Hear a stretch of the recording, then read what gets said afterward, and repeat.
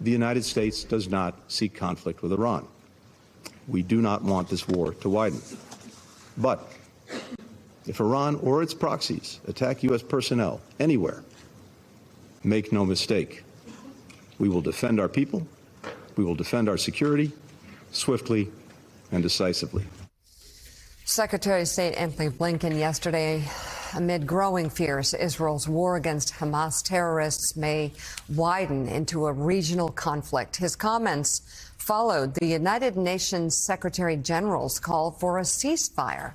Blinken reaffirmed the U.S. commitment to Israel, saying it has the right to defend itself, but called for a humanitarian pause to protect civilians in Gaza.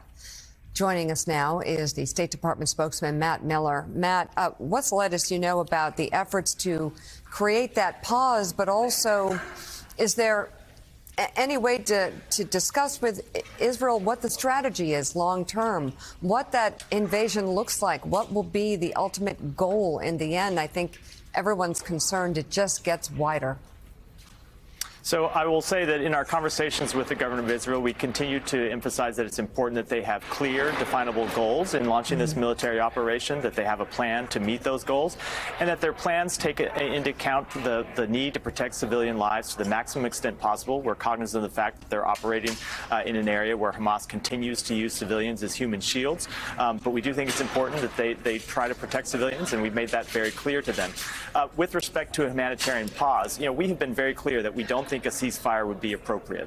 The Secretary has spoken to this on a number of occasions. A ceasefire would just give Hamas the ability to rest, to refit, and get ready to continue launching attacks, which they've never stopped doing. They launched more rockets against civilian targets in Israel just yesterday. But we do think that one of the things that should be considered are humanitarian pauses to allow the delivery of relief into Gaza. In effect, that's happening to some extent already. You obviously have seen convoys moving in through the Rafah crossing. Israel is not attacking those convoys, of course. They're allowing them to come through. And we think it's important that there be sustained delivery of humanitarian assistance into Gaza for innocent civilians who are also the victims of Hamas's activities. So in the conversations about making sure Israel has a strategic goal, what's on the table? I mean, what is it being envisioned to be put in place of a destroyed Hamas? So that's one of the things that we've begun to talk with about our partners in the region. We have made clear a number of things. Number one, it's important that Hamas not be allowed to continue to operate and administer Gaza and use it as a safe haven the way they have been able to for years. We saw, unfortunately, the outcome when you have that type of situation, which is Hamas launching these deadly attacks. At the same time, we have made very clear that Israel should not occupy Gaza, and the Israelis have said they don't want to occupy Gaza. They don't want to administer Gaza at the end of this conflict. So one of the things the Secretary did start initial conversations with partners in the region when we were there last week, and those conversations have continued, is what comes next. And those are conversations that we will have with allies and partners in the region as the days and weeks in the days and weeks ahead. Matt, good morning. One of the partners you're negotiating with to try to get the release of some of these hostages is Qatar. They, of course, are harboring the heads, the leadership of Hamas, who live lavishly in that country.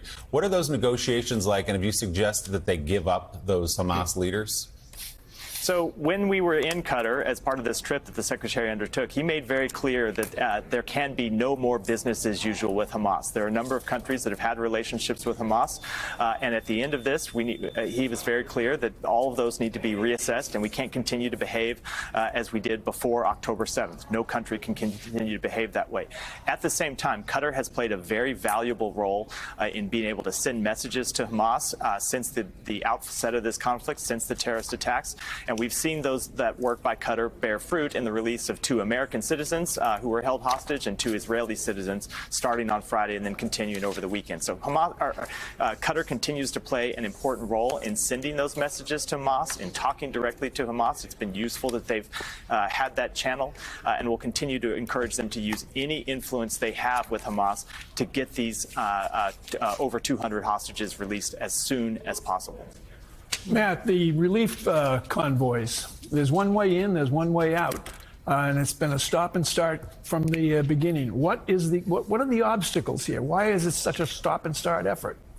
It is an extraordinarily complicated situation.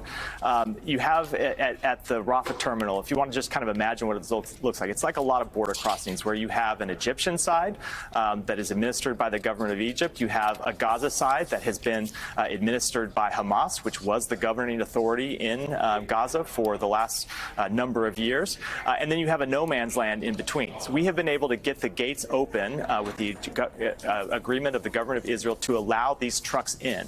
What we continue to work on and have not been able to achieve yet is to get the infrastructure opened on the Gaza side to allow American citizens and other foreign nationals to come out. We have seen a number of different things. On some days, Hamas, which, as I said, administers those gates and administers that area before the October 7th, was processing people that would show up to go through the crossing.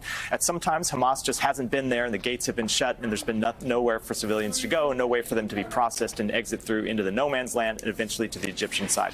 At other times, Hamas has had militants there actively preventing people from accessing the crossing. So you can imagine the difficult puzzle that we're trying to unlock here when you're dealing with the government of Egypt that has real concerns about a massive outflow and a crisis and a surge of people. And when you have Hamas on one side, with whom we don't have direct communications, we have an ambassador on the ground, Special Envoy David Satterfield, who the president appointed to handle Middle East humanitarian issues, who has been in active conversation with all of the relevant parties, including the United Nations, about how, on the one hand, as to your point, Mike, we can see sustained delivery of humanitarian assistance going in, and on the other hand, United States citizens and other foreign nationals coming out. All right, State Department spokesman Matt Miller, thank you very much for being on this morning.